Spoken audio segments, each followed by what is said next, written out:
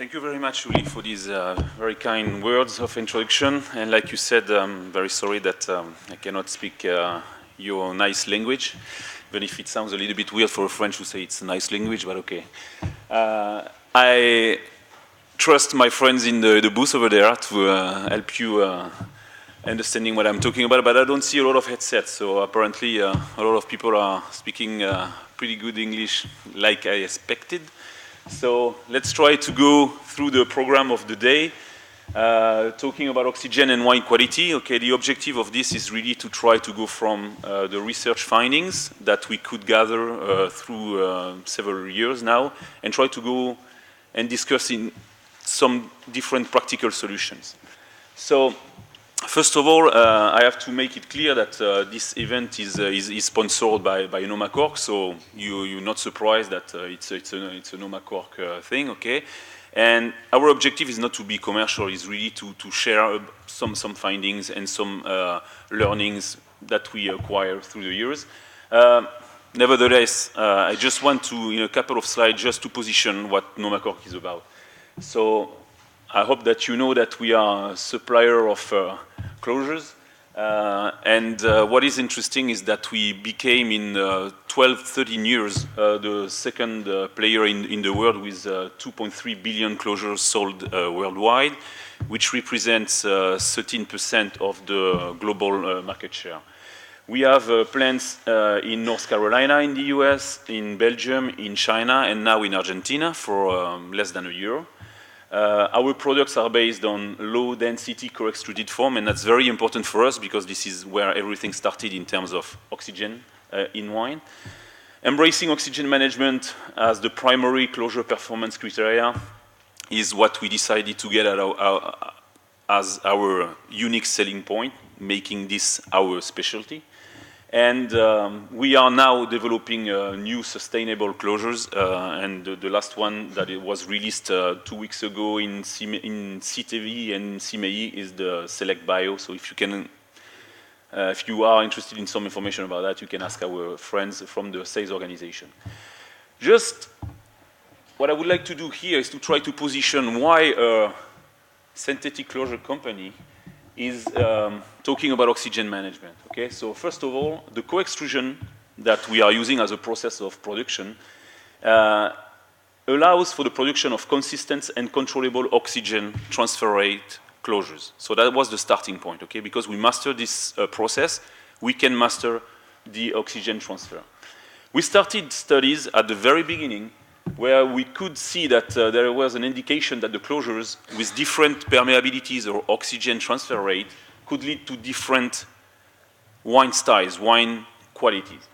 Okay, and we decided to try to know better, to understand better that. So we invested heavy money on a global consortium of research to try to better understand how the permeability of the closures can influence the wine development.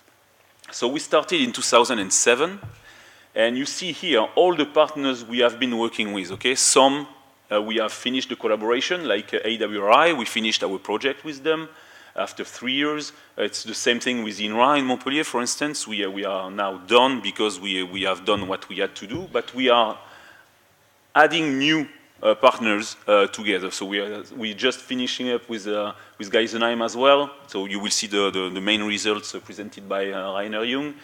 We are very active with the institute here because I think it's only the second year of the project. So that's still going on. But you will see that in total we are working with 14 different partners throughout the globe. And that's very important to understand that we put all this information together in the same database to start building our strategy in terms of oxygen management in the wine. So what we are going to do today is to go through some of the results we acquired through this consortium. Okay, so the research that we carried out confirmed the importance of oxygen management in wine. And well, when we are working in the industry, what we call industry investigation, okay, is that we are doing some checks of the wine quality out of the shelves to try to understand what is the situation there in terms of oxygen management or oxidation reduction of the wines. And the results show us that we have a nice axis of improvement if we can improve oxygen management in wine. So I will try to show you that. In terms of oxygen management strategy, okay, we started with our first closure in 1999, okay? We are now here in 13, and we have introduced all these closures in the field with different oxygen transfer rate, okay? So we are really creating new products every time, and we are really managing a broad range of permeabilities. So that's all based on innovation from the co-extrusion process, but at the same time, we perform our global research programs, and we had to validate the oxygen analyzer which could help us to really carry all this research. And for that reason, we validated a NomaSense analyzer, and I will give you some words about that. And we are now launching the second generation after 4 years in the market of the first generation. So I will just show you some of the things there. So oxygen management is really in our DNA. We started very early, and we are still working on this axis to go to the market. So again, what we are interested to do is that, okay, because we can master the exchange through a closure going into oxygen going through the closure into a bottle, okay, we can drive the wine development in between reduction and oxidation, okay? And we have to stay there on the right track, avoiding problems. So what we see is that playing with oxygen here, we can impact the shelf life of the wine. So this is what Rainer will talk about the influence of bottling, conditioning, and also some implication on the SO2 retention that we can have in the wine and stuff like this. Playing with oxygen, we can also develop different aromatic profile, aromatic bouquet, okay? So that's Maurizio will explain how we can develop different aromatic styles. And then we can also play with color. And this is where I think Dominique will explain us how we can manage, interestingly, oxygen to get to the right, let's say, red wine style. We're going to focus on the red wines, okay? So if we try to look at what the industry is telling us about the importance of oxygen management in this industry, we have interesting results that are the results for 5 years, okay, of analysis done by the organizers of the London International Wine Challenge, which is held in London, where they are tasting something like 14 to 15,000 bottles of wine, and they are just tasting the wines, and then when they find something that is not, they think it's a defect, they try to categorize what kind of defect they can have. So what is interesting, if you look at the average over 5 years, you see that in average, they are finding 7% of the wines that they judge having problems, okay, which is quite high for an industry. Now, if you look at the different categories there, you see that TCA is still present with something like 2%. Oxidized and reduction, okay, oxidation reduction, probably twice as big as the TCA problem.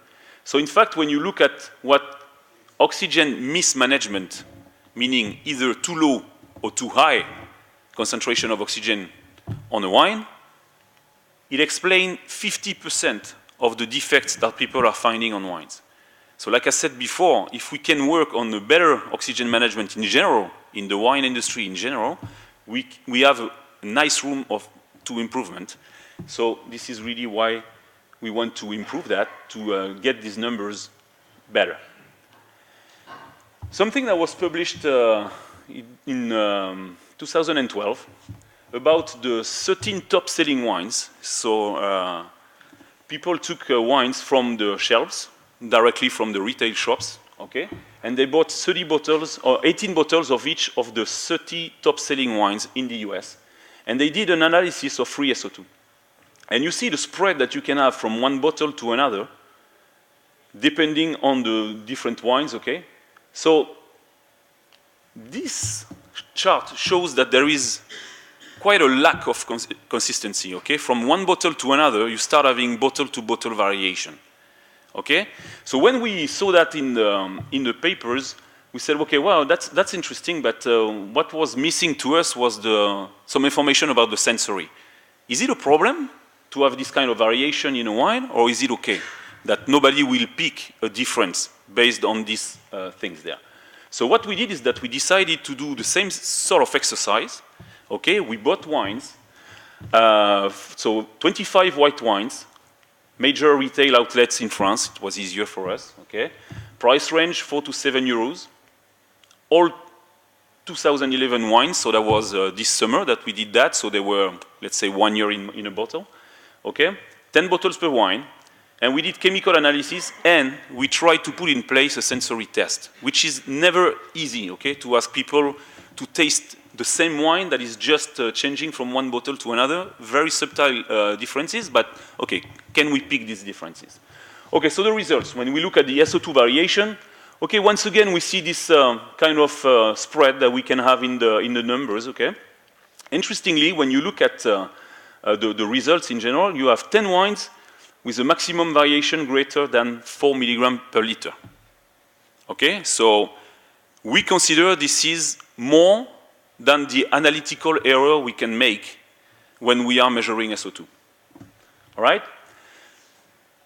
3 wines were showing more than 8.5 milligrams per liter spread in free SO2 in a bottle, okay?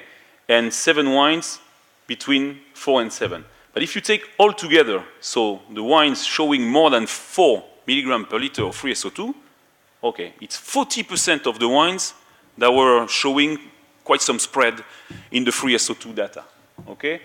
So, what does it mean? We try to look at the different closure category and see if there were some patterns there. Is there a link to the closure technology to explain this spread?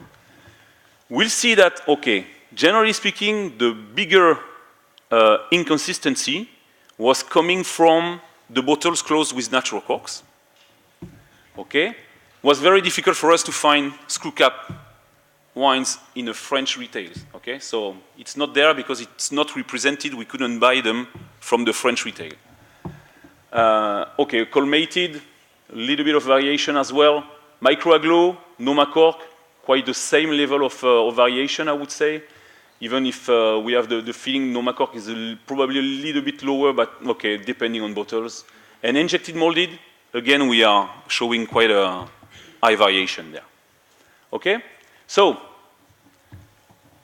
could that come from the closure technology? So what we do as well in our lab is that we take different closures and corks that we can have on the market, and we measure the OTR, the permeability of these closures. And we try to relate the variation that we can measure from 10 corks that we take randomly in a bag and see if they are all behaving the same. So, you have here our select series, okay, that our closures. So you see that we have a very small variation around the mean. So the red bar here is the mean. I would say for us it's not a surprise. This is because of the co-extrusion. It's an industrial process, so we are engineering our closures, so we reach a nice consistency. But when we look at different technology like the injected molded, you see that it's first it's a higher quantity of oxygen permeating through the closure, and the variation around the mean is much bigger. Agglomerated, a bit better. Microaglo, a bit better as well. Natural corks, you have a lot of everything here. And it's not because you are paying more that you get less or more consistency, okay, or less variation. Okay, so it really depends on what you get, and very difficult to predict. Okay, so yes, closure technology could explain the variations that we are seeing, okay? But at the same time, when you look at the bottles, some of the bottles here with the natural cork were impacted not only because of the natural corks, but also because of, I don't know if you can see it from on the screen, but I try to materialize with the green arrow here, okay? That's the headspace in this bottle, and here, this is this headspace. Same bottle, same labels on the same shelf, but there was a filling level that was varying. Okay, so there is still some bottles going to the market with a lack of control of the filling level. Okay, here you have another example that it's probably easier to see, okay? So, okay, it's probably not only the closure technology, it's also the filling level, okay? But another thing is that this filling level can come from the fact that we are putting more or less wine in a bottle, but it can also come from the fact that you have some capillarity aspect. So some closures, like micro-aglo or aglo, some of them tend to get wines permeating in the closure. So this is also something that we can see, and you can see that the structure of the cork is really wet, and you have some capillarity phenomenon happening. So is it better with screw cap? Well, we managed to bought some screw caps in another country, in the UK, and here you see that the filling level can also vary quite a lot. When you get rid of the long skirt, you can still see this kind of differences here, okay? So again, that could come from the filling level at bottling, but could also come from some of the leakage that can exist. So that's a study that I put here that was done by some Swiss institute, looking at some problems that could happen with screw caps when you don't have the right permeability between the liner and the top of the bottle. So that can depend on the glass bottle, that can depend on the liner technology, that can depend on the application of the screw cap, but okay, sometimes we see some leakage as well on bottles. Okay, so you see source of variation, closure technology, filling level, different things that can happen like leakage or capillarity. And another thing is something that will be addressed a little bit later by Rainer Jung, is the different amount of oxygen that you can put in a bottle during bottling. So what I just want to show here is that typically speaking, when you measure at the beginning of the process, during the process of bottling, and at the end, what you get is very often a U-shaped curve, where the first bottles are more sensitive to get more oxygen pickup, then you are running without stops, so you reach your steady state, and then when you push the left wine in the last bottles, you can have again more oxygen in the bottle. So, okay, the same bottle, but between the beginning and the end, or in the middle of the process, can be exposed to different amount of oxygen. So that can also create another variation when you consider different bottles from the same production. Okay, so that was the part on the SO2. What we wanted to do is to try to get some information on the sensory aspect. Can we see the sensory differences? So what we did here, we only selected the bottles which were showing more than 4 milligram free SO2 spread in the SO2, okay? Assuming that the other ones, okay, were quite consistent, so let's start at 4 ppm. So we took this, and what we did is that we compared the bottle with the minimum and the maximum SO2 in this spread, okay? So you see already why it was challenging is that we had to do the SO2 analysis the very same day that we're gonna do the sensory. So we were asking the sensory panel to be ready. Today we are going to analyze wines, and if we find wines, you have to be ready, we're gonna go through a session, okay? Important, we did a duo-trio test, and we used our internal panel in our facility in Nîmes, south of France, okay? So they are not trained panelists. We cannot call this a trained or expert panel, okay? It's really people who are used to taste wines in their work every day, but they are not trained. So this is why also we didn't want to go to descriptive analysis, because we were not sure that people will be able to use the same words and the same terminology. Okay, so what we see here is that, you remember the spread that we had for the free SO2, 6 of the wines that we tested were in fact found different, okay, and significantly different based on the turnout that we could have.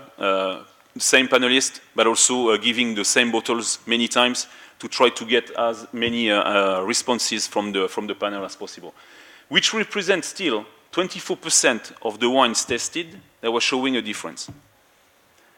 Okay? So then we can say, okay, well, but these guys, they are quite expert, they are working in the wine industry, they are in a wine institute, so probably they are very sensitive, very picky on differences. So what we try to do, I thought I had another one here, which which is not there. Did I miss something? Okay. Okay, well, I missed it. Okay, so we did the same exercise. That's funny, I missed one. So we gave wines to the consumers.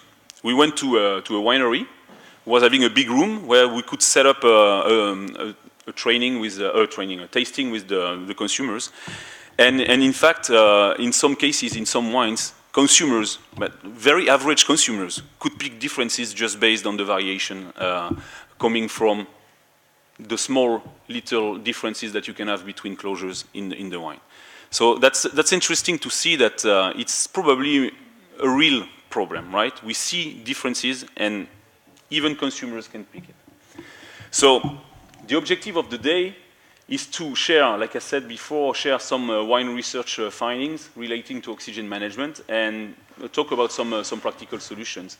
So what we see, or what we think should be, is that, okay, we have a curve, okay, where we know that we want to add a certain amount of oxygen in the must during must preparation, and then we go through maturation and we know what we want to do with our barrel or micro-oxygenation, and then we want to have bottling and bottle aging and have a nice consistency from bottle to bottle. But in fact, what we see when we measure is this. We have variation. Sometimes we are adding oxygen, sometimes less, sometimes more, and it's quite tricky to have something in control from the beginning to the end.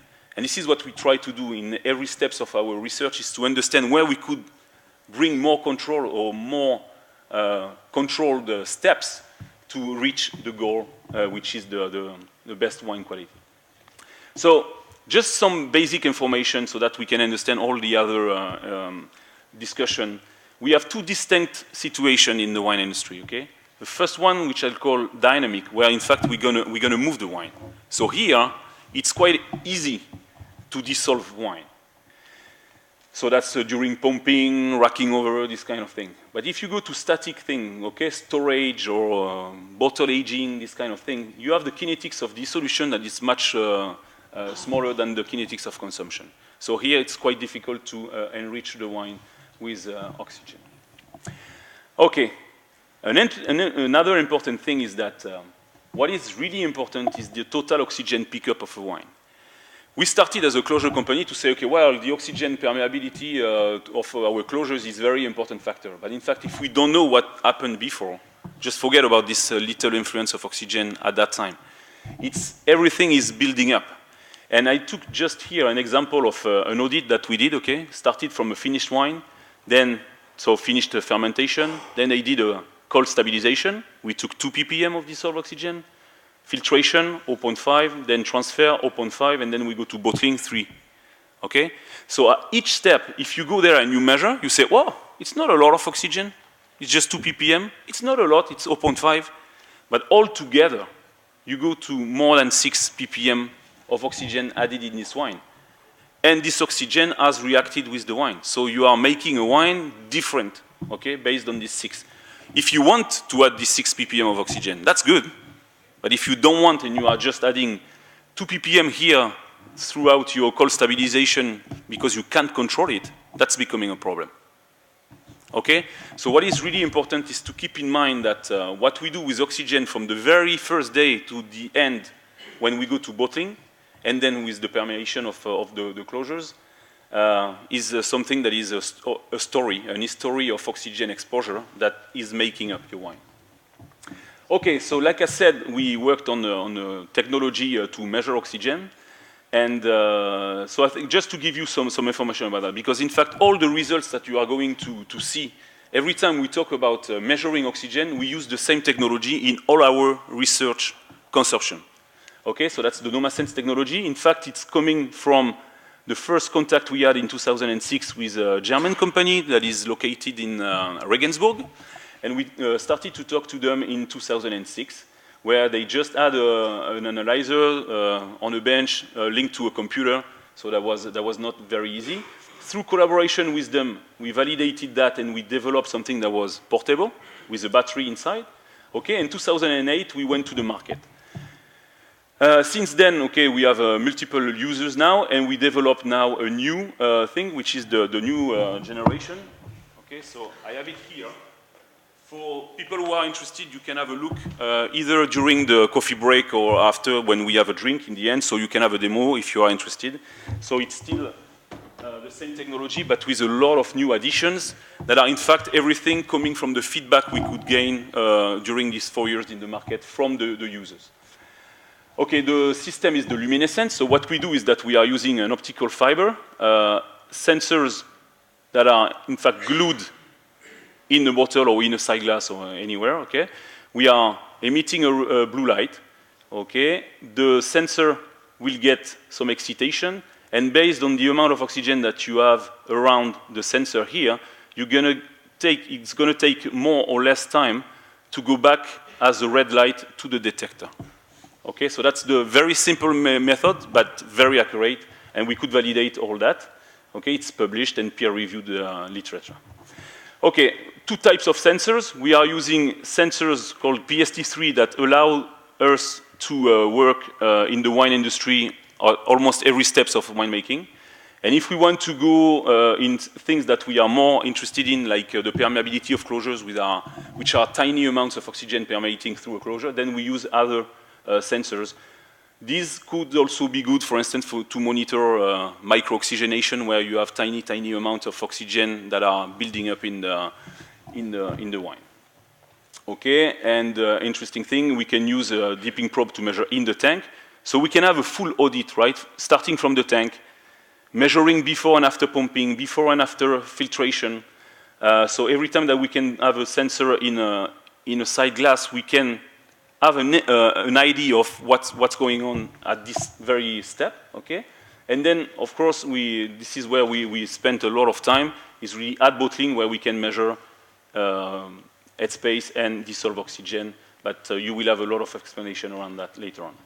So the idea there is to really being able, with the one technology, to start mapping what's going on in a winery at different spots, okay? Every time you see a plus here, you can in fact start measuring oxygen and having a full idea of what's going on in terms of oxygen in the winery from the beginning until the end. So from grape harvesting to bottling. Okay, and I just would like to try to summarize some of our thinking based on some of the measurement as well. Okay, the winemaking process can be, okay, cut in different modules like crush, pressing, and fermentation, maturation, transfer, storage, conditioning, bottling, and post-bottling. And what is important is that you have steps where you want to control depending on the style you want to achieve, and depending on what you want to get in terms of color, mouthfeel, or aromatic profile. But there are some steps where we haven't found any evidence that you should play with oxygen. The objective should be for the winery to try to minimize as soon as possible the amount of oxygen going into a wine. When the wine is finished, we should avoid adding oxygen, and that's the case at transfer, storage, and bottling. Okay, so just to show you some of the things that we have been doing, we have been monitoring, for instance, the influence of inerting at pressing. So just to be sure that the system you are buying or you are using to inert your press is really working fine. So you can see here, every time it's inerted, we had much less oxygen than with the regular process. So it's a way to select the type of equipment you want to use, but at the same time to really monitor the performance of the system. When you go to maturation, what we did is that we were able to monitor, and I think that you're going to touch upon that, Dominique, as well. You can monitor the evolution of oxygen throughout micro-oxygenation, just being sure that you stay at very, very low level of oxygen. We have also a collaboration with Valladolid in Spain, where they could measure the oxygen level in different types of barrels. So depending on barrels, you have different level of oxygen. So that's also an interesting information that you can have later on when you want to do the blends of the different bottles. Okay, like I said, here we think we should avoid. So here, that's what we are going to discuss with Rainer Jung, so I don't even talk about that. And post-bottling, so this is where the whole story started for NOMACORC, right? There was post-bottling, putting a closure and let the wine develop. Okay, so we have the closure oxygen ingress, the permeation, and closure consistency. And we have seen the other sources of variation as well to try to keep the wine under control, even if it's beyond the work of a winemaker now. But you want to be sure that the wine arrives to the consumer in the right shape. So, as a conclusion of this introductory part, we can still find lots of defects that are linked to non-controlled oxygen pickup during bottling and post-bottling. Technical solutions to better control critical steps exist. Okay, we can now at least measure so that we have a feel for what's going on. And if we find values of oxygen, concentration of oxygen that we are not happy with, we can start, putting a plan together to try to diminish that. Especially because we have more and more inerting solutions that exist on the market. Okay, but if you don't monitor exactly what's going on when you put a system in place, you can be badly surprised. So it's not because you decide that you are buying an inerting system that it's going to work. You have to check it. Because I can tell you that when we are doing bottling audits, for instance, people think that they have done the tuning once and it's good forever. Well, no, you need to check. Okay, so what we think is that there is a real potential for improvement of wine quality if we can have all these steps under control. Okay, so that was my part. So what we are going to do now is we are going to go through different exercise. So first, oxygen during conditioning and bottling with Professor Rainer Jung. Then we're going to have a quick break, coffee break, okay? And after the break, we will get back to the room with something around understanding oxygen demand in red wines. And Professor Dominique Durner will explain, will show the results from the Neustadt Institute. And then to finish with the Italian touch, with the oxygen and its influence of wine aroma development by my dear colleague Maurizio Uliano. So that's the program of today, and now I'm going to give the floor to Rainer for the next step.